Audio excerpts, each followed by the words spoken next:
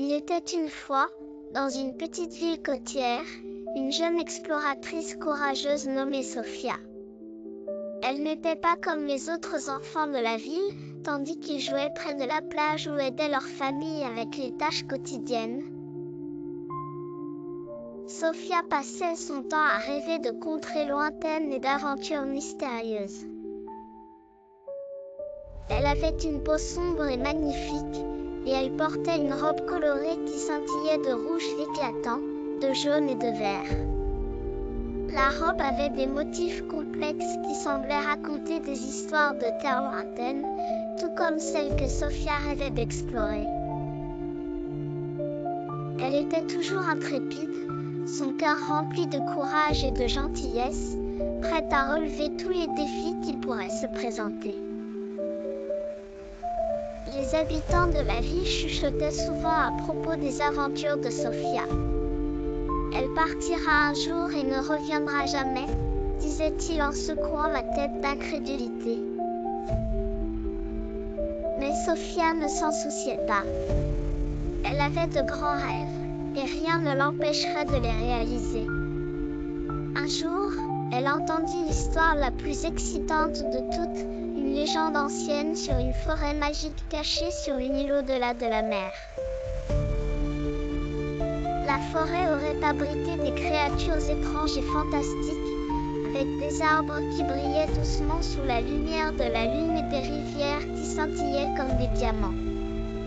Au cœur de la forêt se trouvait un esprit puissant qui la protégeait du danger.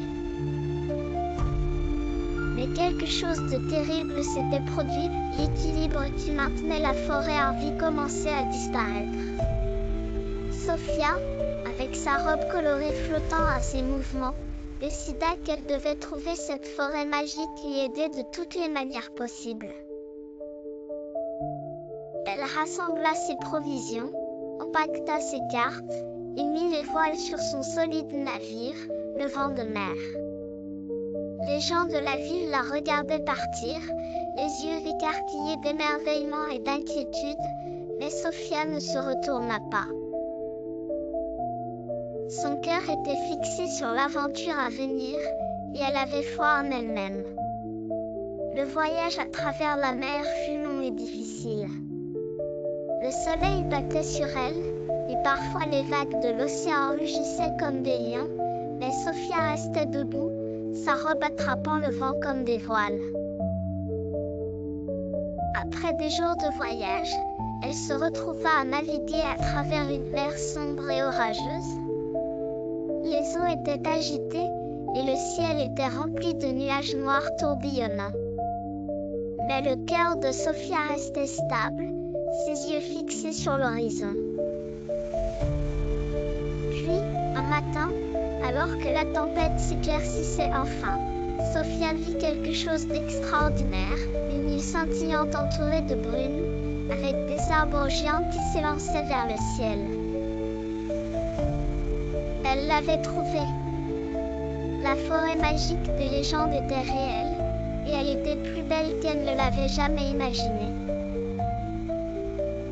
Les arbres brillaient doucement, les créatures qui y vivaient étaient comme rien de ce qu'elle avait jamais vu auparavant, et l'air était rempli du doux parfum des fleurs et de la pluie. Mais quelque chose n'allait pas.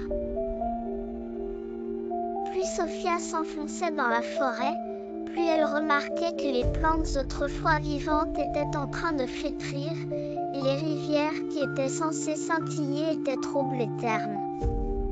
Les animaux semblaient, eux aussi, faibles et fatigués. Sophia ressentit une profonde tristesse dans l'air, quelque chose drainait la magie de cet endroit magnifique. Déterminée à aider, Sophia continua, sa robe ondulante tandis qu'elle faisait son chemin vers le centre de la forêt, où elle trouva un grand arbre qui s'élevait au-dessus de tous les autres. C'était la demeure de l'esprit de la forêt. Alors qu'elle s'approchait, une douce brise souffla et une voix douce l'appela. « Bienvenue, Sophia. Je t'attendais. » L'esprit de la forêt émergea de l'arbre, une figure lumineuse enveloppée de lianes vertes, avec des yeux qui scintillaient comme des étoiles. L'esprit avait la beauté et la sagesse de la forêt elle-même, mais il y avait de la tristesse dans sa voix. Notre forêt dépérit, dit l'esprit. L'eau est empoisonnée, les créatures s'affaiblissent, et la magie qui coulait autrefois à travers ces terres s'estompe. L'équilibre qui maintenait toute envie a été rompu. Le cœur de Sophia se serra pour la forêt, mais elle n'avait pas peur. « Comment puis-je aider ?»